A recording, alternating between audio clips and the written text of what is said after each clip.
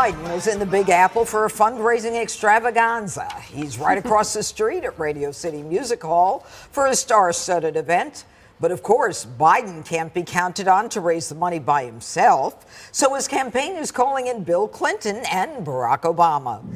All right, Jesse, I'll start with you. You got the Three Stooges, Bubba, Barry, and Clueless Joe.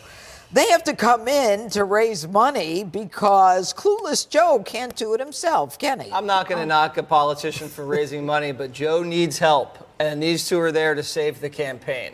He is the establishment candidate. You're going to have a lot of corporate people donating a lot of money. He's not very smart. You can tell Joe Biden what to do. He opens the borders for the cheap labor, and he keeps the national security state paid. You know, Dana, it's interesting, Obama jumping in, to make sure that Biden, gets the money that he needs in spite of the tension between the two campaigns, in spite of the fact that, Biden was saying as recently as a couple weeks ago that Obama's jealous and all that stuff. Is Obama jumping in more about getting Biden elected or about defeating Trump? Defeating Trump and also trying to resurrect his own legacy, because President Trump really dismantled a lot of things, not everything, but a lot of things during his first 4 years. President Obama doesn't want that to happen, and I think he does take this personally. And I also think that he thinks that it's his responsibility to try to help, because Joe is not doing as well as he needs to do. I think that you'll always see this, right? The Democrats have New York and Hollywood entertainment that will come and do this for them.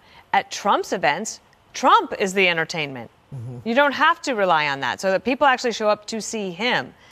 Tonight, they're coming to see Obama, maybe some of the others, Lizzo and entertainment, but Obama, to me, is still the draw for the Democrats. I imagine that even if Joe said, tell you what, let's go to Long Island and visit the Diller family instead, his staff would be like, can we stay behind and see Obama because we really miss him? Well, speaking of those accomplishments, Jessica. Got work to do. Good thing that we have 8 months. The idea that Joe Biden is struggling to raise money is ludicrous. The man had a $10 million haul in the 24 hours after the State of the Union. He had the largest fundraising month on record in February. The RNC is in complete tatters. The DNC is cruising. And anyone in their right mind would give almost anything to be able to raise $25 million in one night. And it's custom for previous presidents to campaign with the new presidents of their own party. No one made fun of Barack Obama when he said, Bill Clinton is my explainer in chief. I can't connect with people in kind of a folksy way, so I need Bill Clinton to come with me and to explain my policies this way. And then Obama obviously campaigned for Hillary Clinton, who didn't win the race, but for Joe Biden, and Bill Clinton was out there for him too. This is what you do, and there is a common enemy, and the enemy is whoever is at the top of the Republican ticket, and that is a shared mission.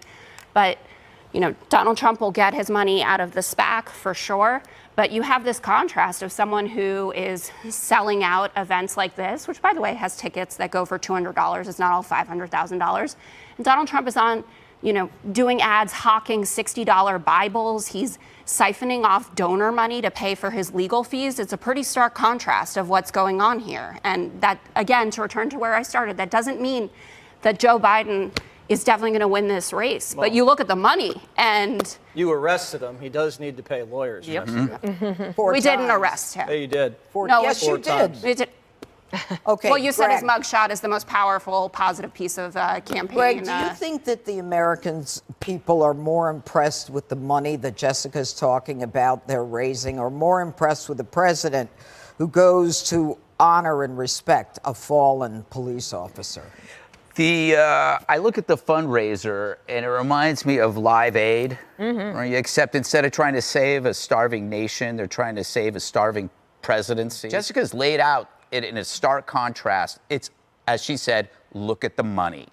So you see the game here. It's about them raising money while draining Trump of all his money and then boasting about it. See, he's got to pay for his lawyers. See how it's working? And they're not going to elect a felon.